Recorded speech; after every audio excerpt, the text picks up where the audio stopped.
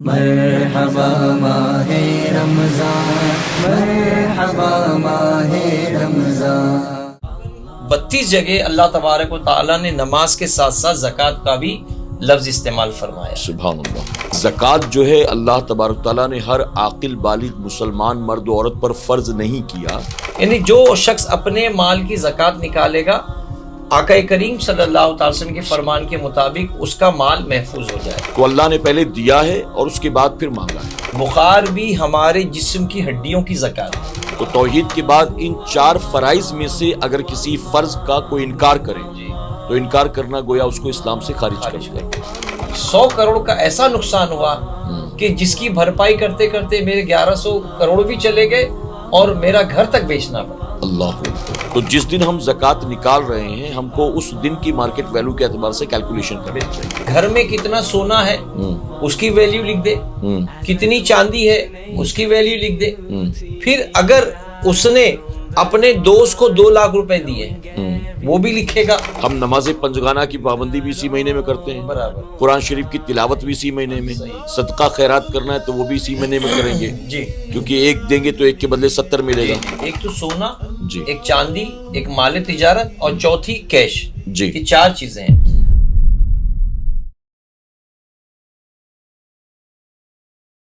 السلام علیکم ورحمۃ اللہ وبرکاتہ۔ الصلاۃ والسلام علیک یا رسول اللہ، الصلاۃ والسلام علیک یا حبیب اللہ، الصلاۃ والسلام علیک یا نبی اللہ وعلی آلک واصحابک یا نور اللہ صلی اللہ تعالی علیہ وسلم۔ میرے پیارے آقا علیہ الصلاۃ والتسلیم کے پیارے دیوانوں، خاتون جنت حضرت فاطمہ الزہرا رضی اللہ تعالی عنہا کی کنیزوں، عالمی تحریک سنی دعوت اسلامی کے پوڈ کاسٹ معمولات ماہ رمضان میں ایک بار پھر آپ تمام کا استقبال ہے۔ انشاءاللہ آج کے اس پوڈ کاسٹ میں ہم زکوٰۃ کے تعلق سے سماعت کریں گے۔ سب سے پہلے تو ہم سنیں گے کہ زکوٰۃ کے فضائل کیا ہیں، اور اس کے بعد پھر انشاءاللہ زکوٰۃ کے مسائل کا سلسلہ شروع ہوگا، جس میں خاص طور پر زکوٰۃ کن لوگوں پر واجب ہے، کون لوگ ہیں جنہیں زکوٰۃ دی جا سکتی ہے، اور زکوٰۃ کب ادا ہوگی، زکوٰۃ کب ادا نہیں ہوتی ہے۔ یہ ساری چیزیں انشاءاللہ ترتیب وار ہم سیکھیں گے۔ آج کے اپنے خصوصی مہمان عالی جناب محمد خالد رضوی صاحب قبلہ کا آپ تمام کی طرف سے ایک بار پھر میں استقبال کرتا ہوں اور پروگرام کا آغاز کرتا ہوں۔ السلام علیکم ورحمۃ اللہ وبرکاتہ۔ وعلیکم السلام ورحمۃ اللہ تعالی وبرکاتہ۔ خالد بھائی، سب سے پہلے تو آپ ہمیں بتائیں کہ قرآن مقدس میں اللہ تبارک تعالیٰ نے زکوٰۃ کے تعلق سے کیا فرمایا ہے، اور اس کے بعد پھر زکوٰۃ کے تعلق سے حضور اکرم صلی اللہ علیہ وسلم کے فرامین اور زکوٰۃ کے فضائل، اور اس کے بعد پھر انشاءاللہ مسائل کی طرف ہم بڑھتے ہیں۔ الحمدللہ رب العالمین والصلاة والسلام علی سید الانبیاء والمرسلین وعلی آلہ وصحابہ الطیبین الطاہرین، اما بعد فاعوذ باللہ من الشیطان الرجیم ببرکت بسم اللہ الرحمن الرحیم۔ اقیم الصلاۃ وآتوا الزکاۃ، آمنت باللہ صدق اللہ مولانا العظیم وبلغنا رسولہ النبی امین المختار الکریم ونحن علی ذلک لمن الشاہدین والشاکرین والحمد للہ رب العالمین۔ سبحان اللہ۔ دیکھیں، مسلمان ہونے کے بعد یعنی توحید کے بعد اللہ تبارک و تعالیٰ نے مزید مسلمانوں پر 4 فرائض عائد فرمائے ہیں۔ اچھا، ایک تو نماز ہے، جی، دوسرا روزہ ہے، تیسرا اگر مالدار ہے تو حج ہے، اور مالدار ہے تو زکوٰۃ ہے۔ جی، یہ چاروں چیزیں مالداروں پر لازم ہے، اور وہ مسلمان جو استطاعت نہیں رکھتے تو ان پر صرف نماز اور روزے فرض ہیں، اچھا، اور بقیہ جو مالدار ہیں ان پر حج بھی فرض ہے زندگی میں 1 مرتبہ، اور زکوٰۃ ان پر ہر سال فرض ہے۔ اچھا، تو یہ دراصل اللہ تبارک و تعالیٰ نے اگر دنیاوی نعمتوں سے نوازا ہے جی، تو اللہ تبارک و تعالیٰ نے اس پر کچھ مساکین کا، غربا کا حق رکھا ہے۔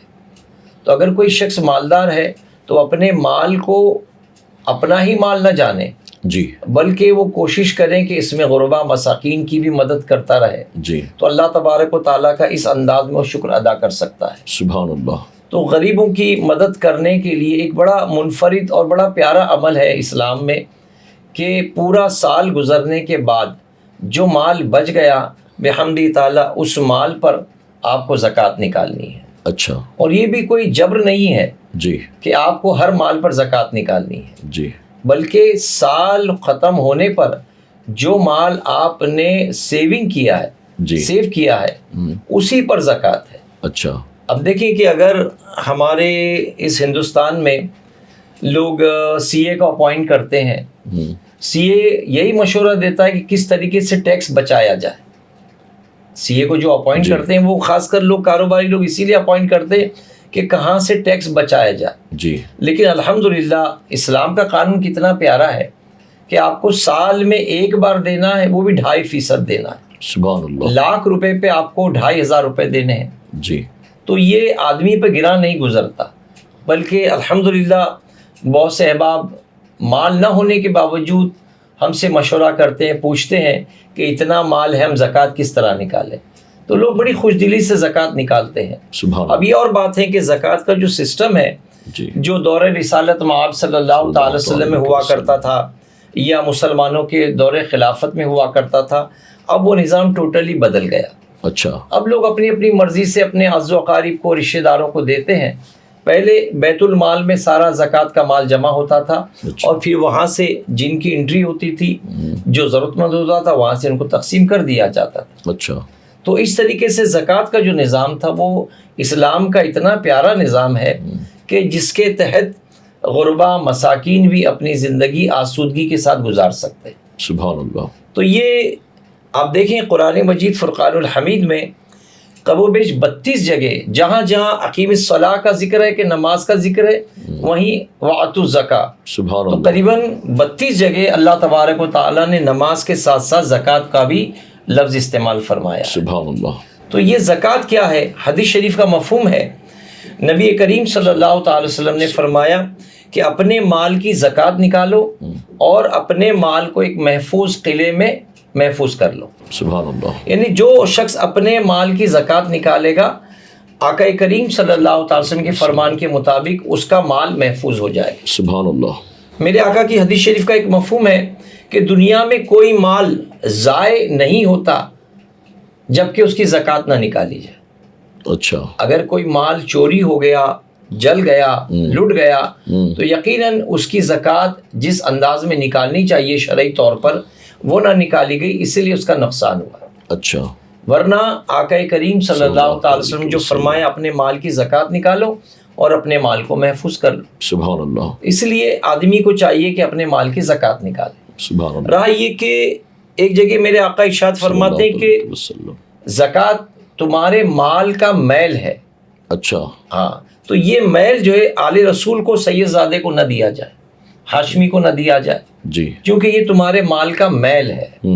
تو زکوٰۃ نکالنے کے بعد ہمارا مال محفوظ ہو جاتا ہے, صاف ستھرا ہو جاتا ہے, اور الحمدللہ اس کے ذریعے جو کچھ ہم کھاتے پیتے ہیں اللہ تبارک و تعالیٰ اس کے ذریعے ہمارے سینے میں نور پیدا فرماتا ہے. سبحان اللہ.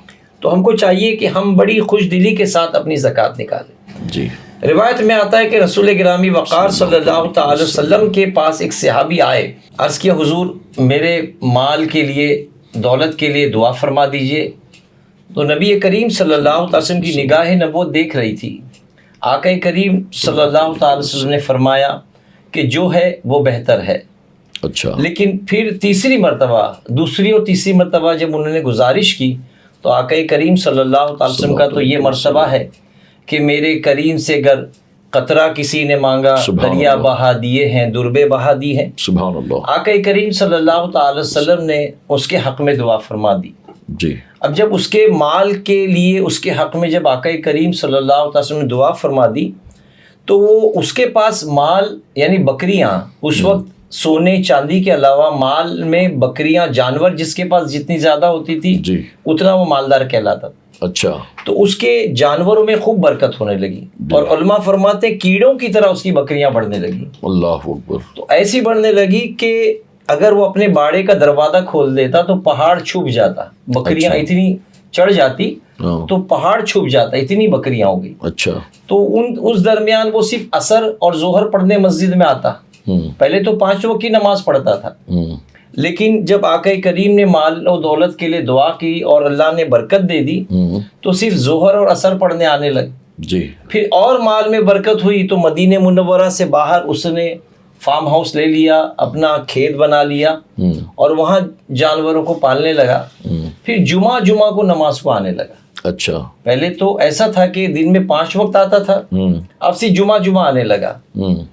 اور پھر اس درمیان اللہ کے رسول صلی اللہ تعالی وسلم پر قرآن مجید کی آیت کریمہ نازل ہوئی اور آپ پر زکوٰۃ کے لیے وصول کرنے کا حکم آیا.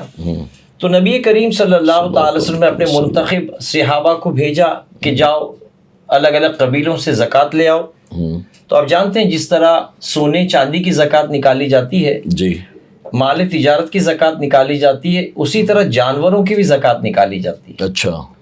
اور پھر جانوروں کے علاوہ جو عشر ہوتا ہے یعنی کھیتی باڑی میں جو جتنا اناج اگتا ہے جی, اس کی بھی زکوٰۃ نکالی جاتی ہے. اچھا. بلکہ بعض علماء نے یہاں تک فرمایا کہ بخار کا آنا اچھا ہے, بخار بھی ہمارے جسم کی ہڈیوں کی زکوٰۃ ہے. اچھا. تو اس انداز میں زکوٰۃ نکال کر ہم اپنے مال کو محفوظ کر لیتے ہیں. تو نبی کریم صلی اللہ تعالی وسلم کی دعا اس انداز میں رنگ لائی کہ اس کے پاس مال و دولت تو بڑھ گیا. جی. اب وہ نماز کے لیے کبھی کبھی آنے لگا, جمعہ آنے لگا. پھر جب آیت کریمہ نازل ہوئی جی کہ زکوٰۃ فرض ہوئی اور پھر میرے آقا صلی اللہ تعالی وسلم نے صحابہ کو بھیجا وصول کرنے کے لیے, تو چند صحابہ ان کے پاس گئے, سالبہ انصاری کے پاس, اور کہا کہ اللہ کے رسول صلی اللہ تعالی وسلم نے اللہ تبارک و تعالیٰ نے زکوٰۃ فرض کی اور آقا کریم نے زکوٰۃ وصول کرنے کے لیے بھیجا. جی. تو برجستہ اس نے کہا کہ حضور نے جو دعا کی تھی اس کا ٹیکس مانگ رہے ہیں. اچھا. اللہ اکبر. پھر یہ کہا کہ اچھا میں سوچ کے جواب دوں گا. تو جو لوگ زکوٰۃ وصول کرنے گئے تھے وہ وہاں سے نکلے اور دوسرے قبیلے میں پہنچے. جی. اور دوسرے قبیلے والوں نے اپنے باڑے کا دروازہ کھول دیا اور کہا کہ جو فربا جانور ہے وہ لے جاؤ. جی. انہوں نے کہا کہ فربا نہیں بلکہ نارمل جانور اللہ کی راہ میں دیا جائے. تو انہوں نے کہا کہ نہیں, جب اللہ کی راہ میں دینا ہے تو کیوں نہ میں اچھے سے اچھا دوں. سبحان اللہ. انہوں نے اپنے باڑے کا دروازہ کھول کر اچھے سے اچھا جانور دے دیا. سبحان اللہ. اب یہ تمام جانوروں کو لے کر زکوٰۃ کی شکل میں آقا کریم کی بارگاہ میں حاضر آئے اور اپنی پوری سفر کی رودات سنا دی. جی. کہ سالبہ انصاری نے اس انداز میں جواب دیا. تو نبی کریم صلی اللہ تعالی وسلم نے وہاں بیٹھے بیٹھے فرمایا کہ ہائے سالبہ, سالبہ کے لیے خرابی ہے. اس انداز میں آقا کریم نے جملے ادا فرمائے. تو سالبہ انصاری کے قبیلے کا ایک شخص بیٹھا تھا. جی. وہ دوڑ کر گیا جی. اور جا کر سالبہ سے کہا کہ سالبہ یہ تو نے کیا کیا, جب حضور نے زکوٰۃ کی شکل میں جو تیرے مال میں سے زکوٰۃ مانگی تھی تو نے دینے سے انکار کیا. اب اس کی سمجھ میں آیا کہ ہاں مجھ سے غلطی ہوئی. وہ فوراً اپنے جانور لے کر حضور کی بارگاہ میں آیا. تب تک کہ اللہ تبارک و تعالیٰ نے فیصلہ فرما دیا تھا جی کہ رب کو اس کی زکوٰۃ کی کوئی حاجت نہیں. تو اللہ تبارک و تعالیٰ نے جب آیت کریمہ کے ذریعے حضور کو متنبع کر دیا جی تو نبی کریم صلی اللہ تعالی وسلم نے اس کی زکوٰۃ کو نہیں لیا. اچھا. پھر وہ کئی سال آتا رہا. سیدنا صدیق اکبر کے دور خلافت میں بھی آیا. سیدنا صدیق اکبر رضی اللہ تعالیٰ نے بھی یہی جواب دیا کہ جب میرے آقا صلی اللہ علیہ وسلم نے زکوٰۃ نہیں لی تو میں کیسے لوں, تیرا صدقہ میں کیسے قبول کروں. پھر وہیں سیدنا عمر ابن خطاب کے دور میں بھی آیا تو سیدنا فاروق اعظم نے بھی یہی فرمایا کہ جب نبی رحمت نے نہیں لیا, جی سیدنا ابو بکر صدیق نے قبول نہیں کی تیری زکوٰۃ تو میں کیسے قبول کر سکتا ہوں. جی. پھر سیدنا عثمان غنی رضی اللہ تعالیٰ کی دور خلافت میں بھی آیا جی کہ میری صدقہ میری زکوٰۃ لے لیجئے, لیکن سیدنا عثمان غنی نے بھی اس کا انکار کیا اور بہرحال اس نے زکوٰۃ کا انکار کیا اور مرتد ہو کر دنیا سے روانہ ہوا. اللہ اکبر. تو اللہ کا شکر ہے کہ ہم اپنے مال کی زکوٰۃ نکالتے ہیں. جی. دیکھیں میرے آقا کی ایک حدیث شریف کا مفہوم ہے کہ یہ ہاتھ سے یہ ہاتھ بہتر ہے. جی. جب ہم دینے والے ہیں تو اللہ کا شکر ادا کرنا چاہیے کہ ہمیں اللہ نے دینے والا بنایا. سبحان اللہ. ورنہ وہ چاہے تو لینے والوں میں بھی شامل کر سکتا ہے. بے شک. ایک صاحب بتا رہے تھے میرا 1100 کروڑ کا کاروبار تھا.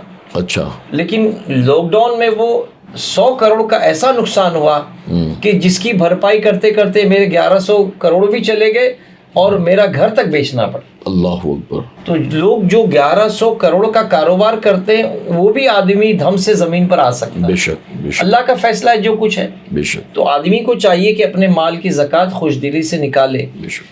حدیث شریف میں جو اس کی وعید آئی ہے جی فرمایا گیا کہ جو اپنے مال کی زکوٰۃ نہ نکالے جی تو کل بروز قیامت میدان محشر میں جتنا اس کا مال ہے اتنا اس کا جسم پھلا دیا جائے گا اللہ اکبر. اور اس کے ہر مال کے عوض اس کے بدن کو داغا جائے گا. اچھا جتنا مالدار ہوگا اتنا اس کا بدن پھلایا جائے گا. اور جہاں پر ایک جگہ چٹکا دے دیا داغ دیا جائے دوسری مرتبہ وہاں نہیں داغا جائے گا, دوسری جگہ داغا جائے گا. اچھا تو جتنا مال ہوگا اتنا اس کو پھلایا جائے گا اور اس کے بدن پر وہ داغے جائیں گے. اللہ تو اللہ محفوظ فرما. ایک حدیث شریف کا مفہوم یہ بھی ہے کہ اگر کوئی اپنے مال کی زکوٰۃ نہ نکالے تو اللہ تبارک و تعالیٰ اس کے مال کو گنجے سانپ کی شکل میں اس پر مسلط کر دے گا. اللہ اکبر. علماء فرماتے ہیں کہ جو سانپ 1000 سال اگر رہ جاتا ہے جی تو اس کے بال نکلتے ہیں ہاں اور پھر 1000 سال کے بعد اس کے بال جھڑتے ہیں. اچھا تو اتنا پرانا جانور اتنا پرانا اژدہا جب وہ ڈسے گا تو وہ بندہ 70 گز زمین کے اندر دھس جائے گا. اللہ اکبر. تو یہ وعیدیں بھی فرمائی گئی ہے. تو جب اللہ نے ہمیں مال و دولت سے نوازا ہے جی تو ہم کو چاہیے کہ خوش دلی سے زکوٰۃ نکالے بے شک. اور جو ان کے مصارف ہیں جی یعنی زکوٰۃ دینے والے کے لیے 15 شرائط ہے. اچھا جو زکوٰۃ دے گا ہاں یعنی اس کی ایک تو مسلمان ہونا, پھر عاقل ہونا, بالغ ہونا, اتنے مال نامی کا ہونا. اچھا. تو یہ اس کی کچھ 15 شرائط ہے. اتنے شرائط سے اگر وہ ہے تو اس پر واجب ہے کہ اپنے مال کی زکوٰۃ نکالے. سبحان اللہ. وہیں پر لینے والے کی بھی شرائط ہے. اچھا. کہ لینے والے کے لیے بھی 6 شرائط ہے کہ لینے والا ہر آدمی نہیں لے سکتا.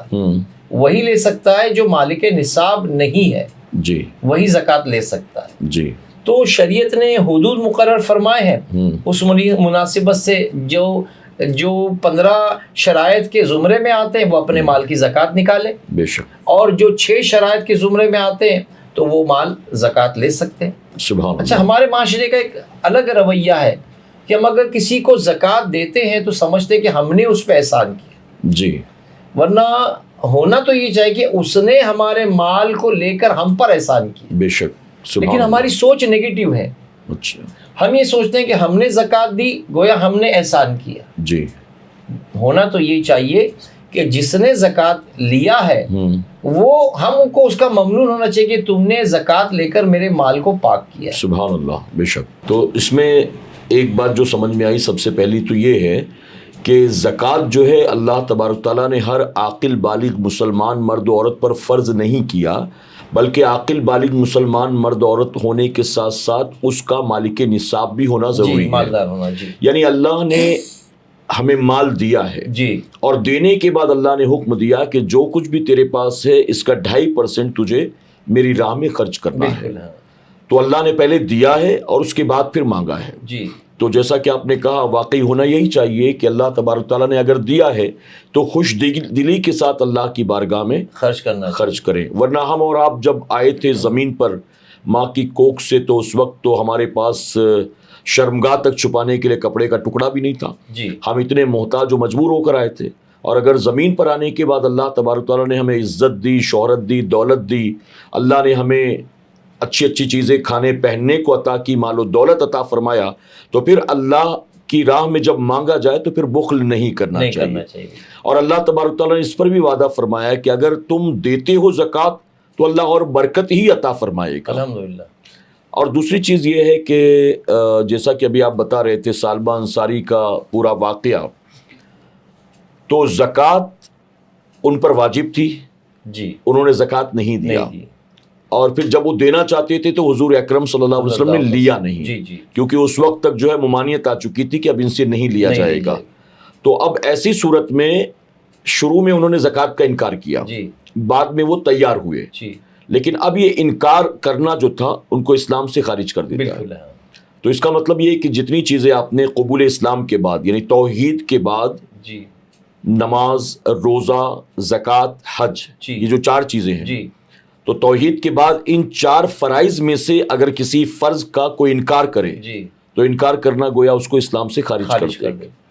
عمل نہ کرنا اور ہے، جی، انکار کرنا اور یعنی ہے۔ اگر کوئی مال کی زکوٰۃ نہ نکالے، ہاں وہ اپنے آپ کو گلٹی فیل کرے کہ یار میں نے نکالا نہیں، ہاں لیکن انکار کیا ہاں۔ تو اسلام سے خارج ہو جائے گا۔ ہوں، تو یہی تو ظلم ہوا کہ سیدنا صدیق اکبر رضی اللہ تعالیٰ کے دور میں جی جب آقا کریم صلی اللہ علیہ وسلم نے پردہ فرمایا جی تو سرکار سیدنا صدیق اکبر رضی اللہ تعالیٰ خلیفۃ المسلمین ہوئے، جی اور پھر انہی کے درمیان ایک قافلہ، ایک وفد مجاہدوں کا روانہ ہو چکا تھا جی جنگ کے لیے، اور سیدنا ابو بکر صدیق رضی اللہ تعالیٰ ابھی جب خلیفۃ المسلمین بنے ہی تھے جی کہ کسی قبیلے سے آواز آئی ہوں، کہ ہم نماز پڑھیں گے، ہم روزہ رکھیں گے، لیکن زکوٰۃ نہیں دیں گے۔ اچھا تو سیدنا صدیق اکبر رضی اللہ تعالیٰ نے اپنے قدم کو کتنے مضبوط رکھا، اور اللہ الحمدللہ افضل البشر بعد الانبیاء بالتحقیق ہے سبحان سیدنا ابو اللہ۔ بکر صدیق رضی اللہ تعالیٰ عنہ۔ بے شک، آپ نے فرمایا کہ اگر اس میں سے زکوٰۃ کا کوئی انکار کرے گا تو میں اس کے خلاف اعلان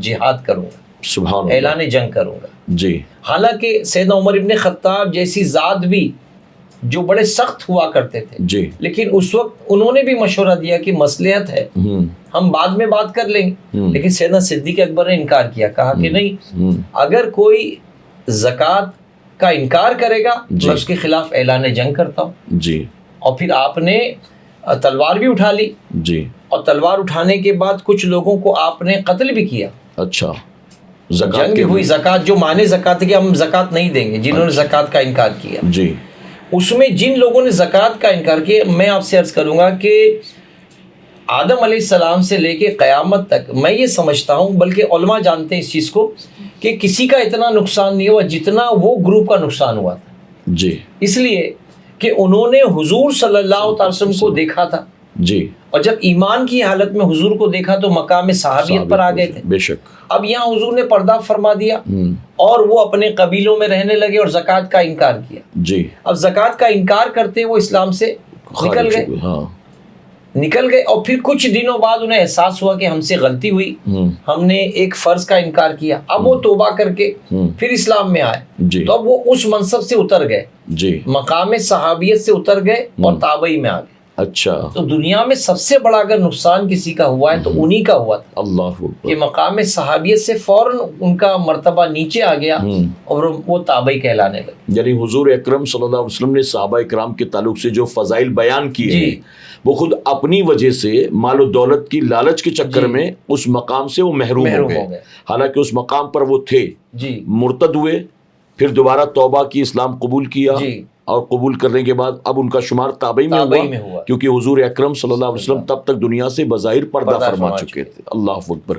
تو اس طریقے سے یہ کہ زکوٰۃ کا انکار کر دینا یہ اسلام سے خارج کر دیتا ہے۔ جی، بھئی اگر کوئی بندہ نماز نہ پڑھے ہوں تو ٹھیک ہے، یہ اس کا فعل ہے، اللہ جانتا ہے، بندہ جانتا ہے، ہوں تو نماز نہ پڑھے تو کوئی بات نہیں، گنہگار ہوگا، ہوں لیکن نماز کا انکار کیا جی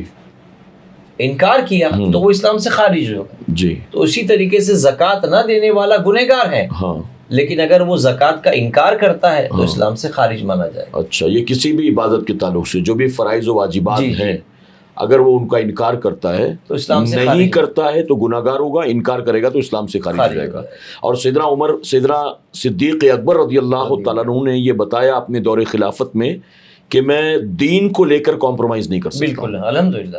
بظاہر یہ لوگ اگرچہ مسلمان ہیں، جی، یہ کلمے کا، نماز کا، روزے کا اقرار کر رہے ہیں، انکار نہیں کر رہے ہیں، لیکن زکوٰۃ کا انکار کر رہے ہیں، تو بھی میں کمپرومائز نہیں کروں گا، ان کے ساتھ میں جنگ کروں گا بالکل، جب تک کہ یہ زکوٰۃ کا مال جو کچھ بھی ان کے پاس ہے یہ دے نہیں دیتے ہیں۔ جی، تو ہمیں اور آپ کو بھی چاہیے کہ سیدنا صدیق اکبر رضی اللہ عنہ کے نقش قدم پر چلتے ہوئے آمین۔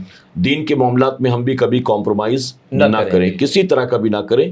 عام طور پر لوگ بڑی بڑی باتیں تو دور کی باتیں، چھوٹی چھوٹی باتوں پر بھی دین کی باتوں کو لے کر سمجھوتا کرتے رہتے ہیں۔ ہمارے فقہائے کرام نے لکھا ہے نماز کے تعلق سے، اگر کوئی سو رہا ہے جی، تو اس سے یہ نہ کہا جائے کہ اٹھ نماز پڑھ، ہاں اس لیے کہ اگر اس نے اٹھنے کے وقت یہ کہا کہ جا میں نہیں پڑھتا ہاں، تو یہ کہیں ایسا نہ ہو کہ وبال جان ہو جائے۔ اللہ اکبر۔ کسی اس کو کا- کہا جائے چلو نماز کو، کہے جا میں نہیں آتا، ہوں، تو معاذ اللہ یہ انکار ہوا۔ معاذ تو یہ اللہ۔ چھوٹی چھوٹی باتیں ضرور ہے ہوں، لیکن بڑی اہم ہے۔ جی تو وہاں بھی اگر کسی کو نماز کے لیے تاکید کرنی ہے جی تو یہ نہ کہا جائے کہ چل نماز، جی، وہ انکار نہ کر بیٹھے، ہاں، اللہ اس لیے اس کے اکبر۔ سامنے کہ میں نماز کو جا رہا ہوں۔ ہوں، میں نماز کو جا رہا ہوں. یعنی کم علمی کی بنیاد جی وہ اس طرح کے الفاظ زبان سے نہ نکال دے جس سے کہ انکار ظاہر جی ہوتا ہاں ہو. اس کا ایمان جاتا رہے گا پھر. جی یہ اسی لیے تو علماء کرام فرماتے ہیں نا اگر کوئی سکرات کی حالت میں ہو جی تو اس کو کلمے کی تلقین نہ کی جائے. جی ہاں اس کے سامنے بلکہ اس کے- تکرار کی جائے, سب جی. مل کر کے کلمہ پڑھیں, ہاں. لیکن اس کو جھنجھوڑ کر یہ نہ کہا جائے کلمہ پڑھ کلمہ پڑھ. جی کیونکہ سکرات کا وقت ایسا ہوتا ہے کہ اگر سارے سمندر کا پانی میٹھا کر کے پلا بھی دیا جائے تب بھی اس کی پیاس نہیں بجھے گی. اللہ اکبر. اتنا کرٹیکل, اتنا سخت وقت رہتا ہے. جی جیسے ایک ساتھ 360 تلواریں اس پر ماری جی جا رہی ہیں. اتنا ضرب لگے 360 تلواروں کا, جی جتنا تکلیف ہوگی اس سے زیادہ تکلیف ہوتی ہے. ہاں تو اس کی زبان سے کہیں اس تکلیف کی وجہ سے یہ نہ نکل جائے نہ کہ میں نکل نہیں جائے. پڑھتا. جی جی تو اس لیے اس کو تلقین نہ کی جائے بلکہ اس کے آس پاس کھڑے ہو کر لوگ خود پڑھتے رہیں. جی. اللہ اس کو بھی توفیق عطا اور فرمائے کم از کم گا. اگر وہ نہیں پڑھ رہا ہے تو کم از کم کلمہ سنتے سنتے تو دنیا سے چلا جائے. بے شک سبحان اللہ. تو یہ طریقے سے ہم جتنے لوگ قریب ہیں وہ سب زور زور سے کلمہ پڑھیں سبحان تاکہ وہ اللہ. کلمہ سنتے سنتے دنیا سے روانہ ہو جائے. جی بہرحال تو زکوٰۃ جو ہے یہ اللہ کا عائد کردہ فرض ہے. جی اب کس کس چیز پر فرض زکوٰۃ ہے؟ ہوں تو ایک تو سونے پر زکوٰۃ ہے, ہاں دوسرا چاندی پر زکوٰۃ ہے, جی تیسرا مال تجارت پر زکوٰۃ ہے, جی اور چوتھا جو کیش ہے اس پر زکوٰۃ ہے. اچھا. یہ 4 چیزوں پر دیکھا جائے. ہوں بقیہ جانوروں پر بھی زکوٰۃ ہے, ہوں اور کاشتکاری کی جو زمین ہے ہوں وہ زمین سے جو اپج ہوتی جو اناج نکلتا ہے اس کا بھی عشر, اس پر بھی زکوٰۃ ہے. ہوں تو عموماً ہم شہر میں رہنے والے ان 4 چیزوں سے ہمارا واسطہ زیادہ ہوتا ہے, جی سونے سے, چاندی سے, ہوں مال تجارت اور جو ہمارے پاس کیش ہے. جی اب فقہائے کرام فرماتے ہیں کہ سونے کا نصاب جو علماء نے طے کیا ہے یہ قریباً 7.5 تولہ سونا ہے. اچھا دیکھیے پہلے جو سونا ہوا کرتا تھا وہ 12 گرام کا 1 تولہ ہوتا تھا. اچھا.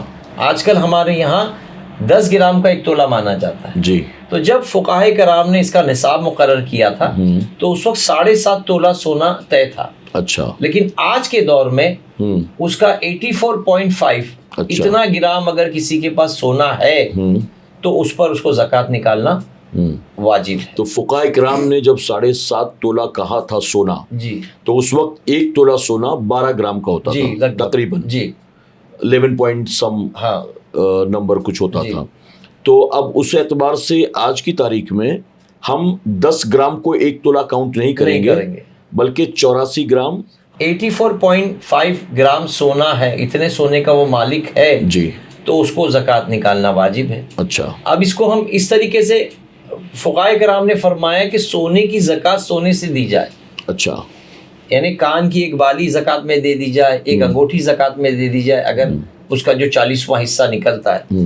لیکن اگر سونے کی زکوٰۃ سونے سے نہیں دے سکتے تو ہم سونے کو کرنسی میں کنورٹ کریں گے, کرنسی میں کنورٹ کریں گے اور پھر جتنی کرنسی ہوگی اس کرنسی کے اعتبار سے زکوٰۃ نکلے گی. یعنی 7.5 تولہ سونا کی آج مارکیٹ ویلو جو ہے جی مثلاً 5 لاکھ روپے بنے جی تو اس 5 لاکھ روپے ہر 1 لاکھ پر 2,500 روپے ہیں تو اس اعتبار سے 12,500 روپے 5 لاکھ پہ بنیں گے. جی تو وہ اس کا نصاب ہوتا ہے. جی.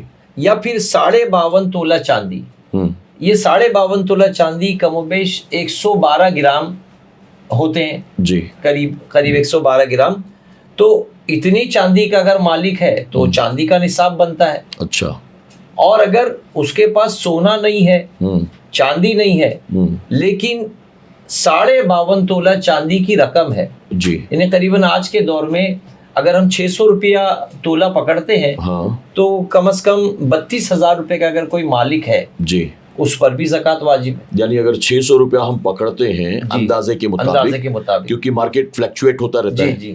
اب یہ ہم 2024 میں گفتگو کر رہے ہیں تو آج جو مارکیٹ ویلو ہے 2025 میں یہی ہوگی یا 2026 میں یہی ہوگی, ایسا ضروری نہیں ہے. اور اس کے علاوہ ڈیلی بھی اوپر نیچے ہوتا رہتا ہے. تو جس دن ہم زکوٰۃ نکال رہے ہیں ہم کو اس دن کی مارکیٹ ویلو کے اعتبار سے کیلکولیشن کرنا چاہیے. تو اگر آپ نے مثال کے طور پر 600 روپے کہے تو 600 روپے کے حساب سے 52.5 تولہ چاندی کے تقریباً 32,000 روپے ہوئے. تو اگر کسی شخص کے پاس 52.5 تولہ چاندی نہیں ہے لیکن 32,000 روپے اس کے پاس کیش ہیں, اب یہ 32,000 اس کے پاس حاجت اصلیہ کے علاوہ ہو, جی اگر 50,000 ہے ہاں اور 50,000 میں سے 10,000 بچے کی اسکول فیس ہے, جی 5,000 روپے بنیے کا راشن کا اس کے پاس اخراجات ہیں, جی تو 50 میں سے یہ نکل گئے تو 35,000 بچ گئے. جی لیکن 35,000 میں 5,000 اس کا الیکٹرک کا بل ہے, جی تو یہ 20,000 حاجت اصلیہ کے نکالنے کے بعد اس کے بعد صرف بچ جاتے 30,000. جی تو 30,000 پہ زکوٰۃ واجب نہیں ہوگی. اچھا. لیکن اگر 35,000 بچ گئے اور یہ 15,000 میں اس نے اپنے سارے کام نپٹا دیے, بنیے کا بھی, راشن کا بھی نپٹا دیا, الیکٹریسٹی بل بھی دے دیا, بچے کی فیس بھی دے دی, اب 35,000 روپے اس کے پاس بچ گئے, جی تو وہ 35,000 روپے پہ زکوٰۃ نکالے گا. اچھا. لیکن یہ 35,000 روپے پر سال گزرنا ضروری ہے. اب یہ سال کا معاملہ اصل میں یہ ہے, ہر آدمی پر سال جدا جدا ہوتا ہے. جی. ہم لوگ رمضان میں زکوٰۃ اس لیے نکالتے ہیں کہ آقا کریم صلی اللہ علیہ وسلم نے فرمایا کہ رمضان شریف میں نفل کا ثواب فرض کے برابر ہو جاتا ہے, جی, اور فرض کا ثواب اللہ تبارک و تعالیٰ اپنے ذمے کرم پہ لے لیتا ہے. وہ جتنا چاہے کہ 70 گنا دیں, 700 گنا دیں, اور اتنا دیں کہ ہمارا دامن تنگ ہو جائے, یہ اس کی عطا ہے. جی. اس وجہ سے لوگ رمضان شریف میں زکوٰۃ نکالتے ہیں, ورنہ ہر آدمی کی زکوٰۃ نکالنے کی تاریخ الگ الگ ہے. اچھا. بلکہ فقہائے کرام حضور صدر الشریعہ علیہ رحمت الرضوان باری شریف میں فرماتے ہیں کہ ایک وقت بھی متعین ہو. جی. ایک وقت بھی ہونا چاہیے. اچھا, یعنی جس دن سال پورا ہو رہا ہے اس کا بھی وقت بھی ہے, سال پورا ہونے کے ساتھ میں وقت بھی وقت کا بھی ہو. تعین کرے. اچھا. جیسے اگر میں پہلی محرم کو 10 لاکھ کا مالک ہو گیا, اور کب ہوا؟ ظہر کے وقت. جی. ظہر کے وقت ہوا. اب اگلے سال وہ 10 لاکھ میرے کباڑ میں پڑے ہیں, تو مجھے زکوٰۃ نکالنی ہے 10 لاکھ کی. لیکن پہلی محرم کو رات کو دن گزر گیا, مغرب بعد مجھے 5 لاکھ اور مل گئے. جی.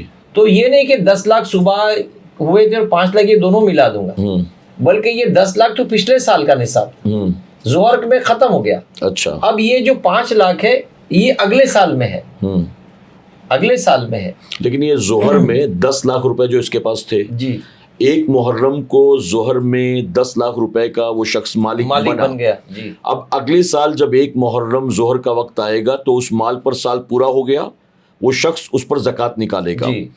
اور مغرب کے بعد میں 5 لاکھ روپے یا 10 لاکھ روپے مزید اس کے پاس آ گئے. جی. تو اس کو شامل نہیں کرے گا. نہیں, اس کو نہیں شامل نہیں. لیکن یہ 10 لاکھ روپے جو ہے اس کے اوپر اس نے اب تک زکوٰۃ نہیں نکالی ہے, تو اب اگر وہ زکوٰۃ 4 دن کے بعد نکالنے والا ہے تو یہی تو چوک ہے نا. ذی الحج کی 30 تاریخ کو وہ پیپر اور پینسل لے کے بیٹھ جائے ایک دن پہلے. ایک محرم کو وہ مالدار ہوا تھا 1 لاکھ کا, 10 لاکھ کا.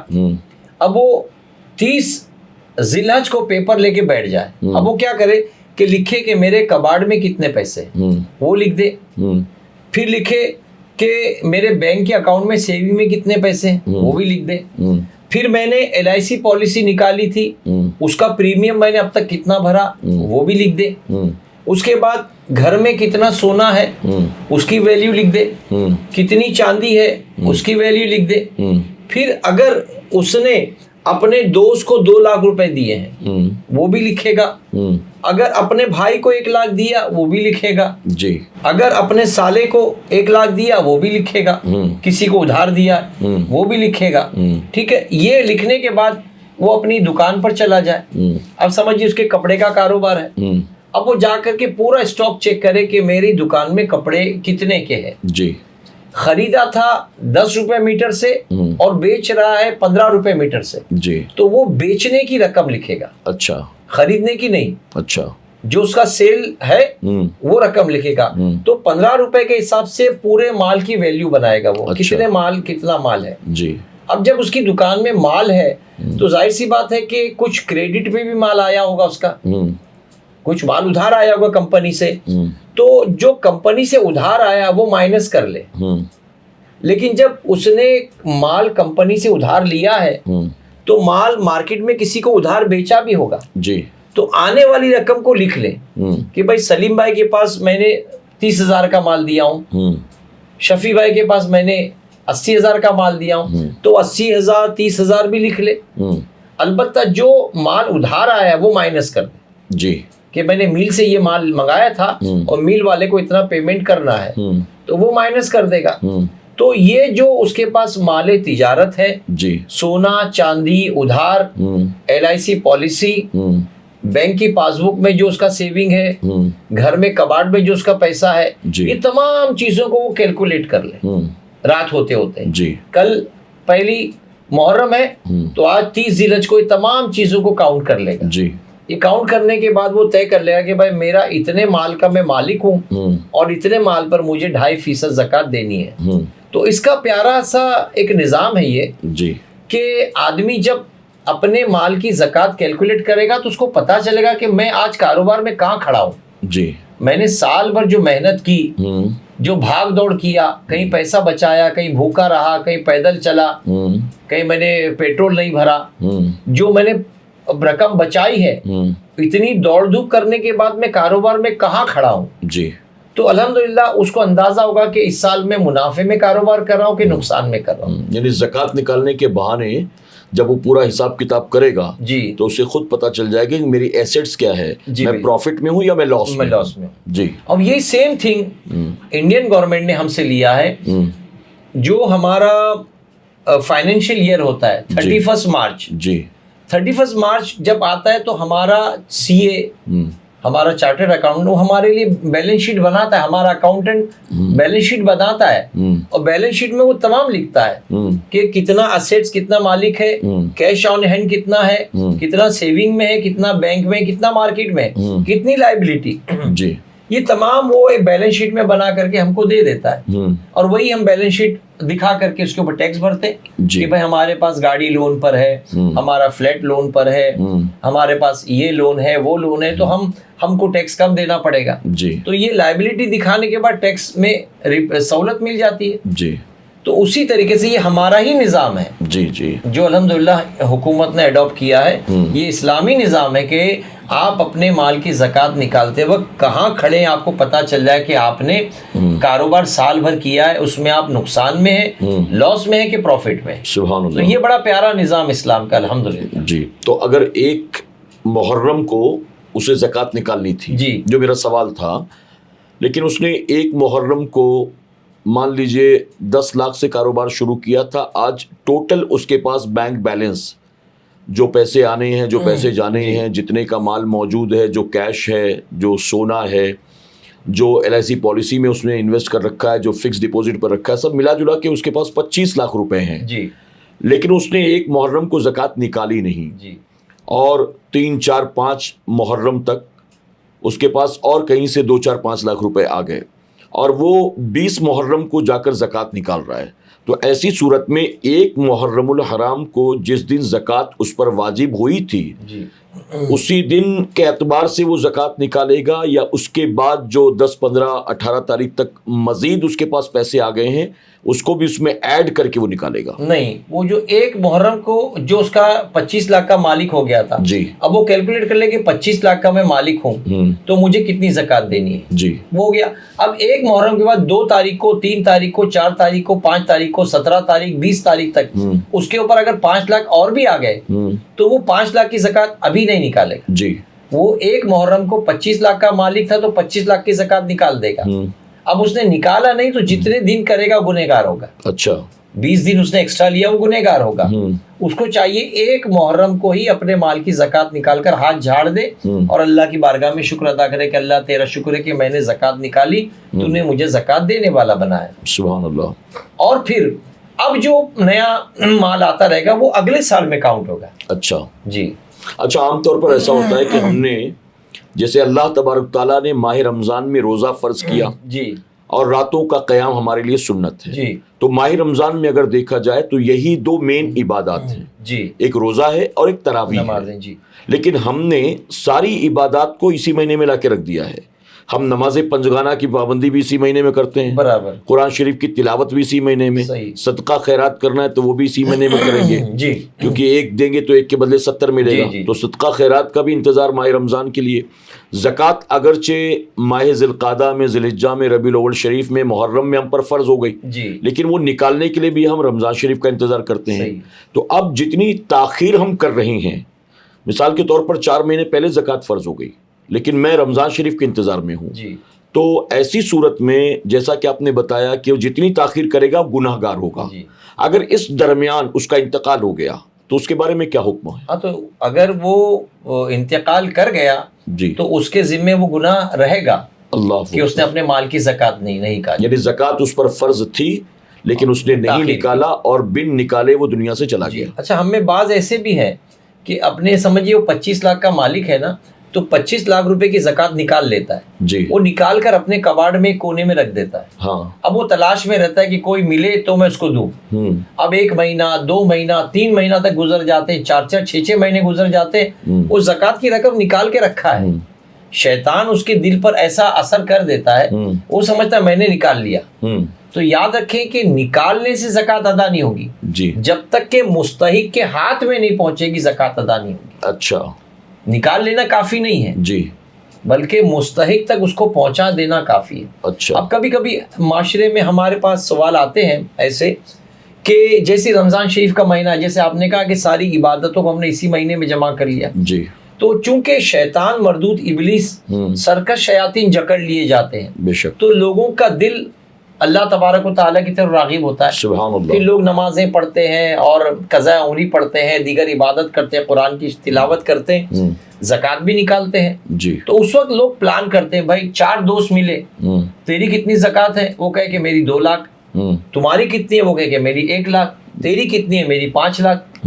تو بھائی وہ سوچتے ہیں کہ چلو ایسا کریں گے, ہم 5 لوگ مل کر کے اپنی زکوٰۃ جمع کرتے ہیں اور پھر ہم ایک ٹرسٹ بنا کر غریبوں کی مدد کریں گے. جی دل میں خیال تو بہت اچھا ہے لیکن دراصل یہ شیطان کا حربہ ہے. اچھا ہونا کیا چاہیے کہ آپ کی 2 لاکھ زکوٰۃ ہے, اس کی 1 لاکھ زکوٰۃ ہے, اس کی 4 لاکھ زکوٰۃ ہے, کسی کی 5 لاکھ زکوٰۃ ہے, یہ گزشتہ سال کی زکوٰۃ ہے, یہ دے کر ہاتھ جھاڑ کر ختم کر دیں. اب اگر آپ کے دل میں نرمی ہے, قوم کی ہمدردی ہے, اب آپ بولے چلو رمضان شروع ہوا, تمہاری 2 لاکھ زکوٰۃ لاؤ, تمہاری 4 لاؤ, تمہاری 1 لاؤ, تمہاری 5 لاؤ, سب ملائیں گے, پھر ہم یہ سال بھر بانٹیں گے, یہ اچھا ہے. اچھا ورنہ شیطان کیا حاوی ہوتا ہے کہ گزشتہ سال کی جمع کر کے رکھ لیتے اور پھر اس کو سال بھر بانٹ دیں. یعنی شیطان چاہتا ہے کسی نہ کسی طرح جی حقداروں تک ان کا حق نہ پہنچے, پہنچے. اور وہ ہیلے بہانے بھی ایسے ہوتے ہیں کہ آدمی کو اس میں کوئی برائی نظر نہیں آتی. اس کو لگتا ہے میں اچھا ہی کام تو کر رہا ہوں, جی جی کہ میں نے زکوٰۃ نکال لی ہے, بس کوئی بیوہ ہے تو دے دوں, کوئی یتیم ہے تو دے دوں, کوئی بیمار ملے تو دے دوں,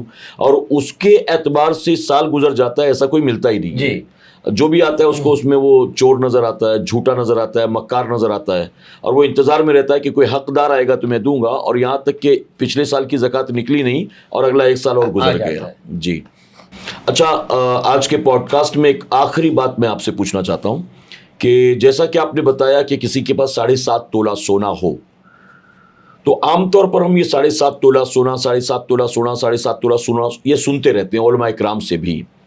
تو بہت سے لوگوں کو یہ غلط فہمی ہے کہ جب تک 7.5 تولہ سونا ہمارے پاس ہوگا نہیں, یا 7.5 تولہ سونا کے برابر رقم ہمارے پاس ہوگی نہیں, تب تک ہم مالک نصاب نہیں ہیں, ہم پر زکوٰۃ نہیں ہے.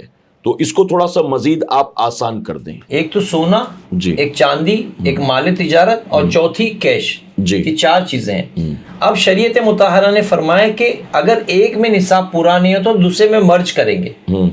اگر کسی کے پاس 7 تولہ سونا ہے, 7.5 تولہ سونے پر زکوٰۃ ہے, اس کے پاس 7 تولہ سونا ہے, چاندی ذرا بھی نہیں ہے, کیش ذرا بھی نہیں ہے, مال تجارت بھی نہیں ہے, تو اس میں زکوٰۃ نہیں ہے. جی کیونکہ سونے کا نصاب پورا نہیں ہو رہا ہے.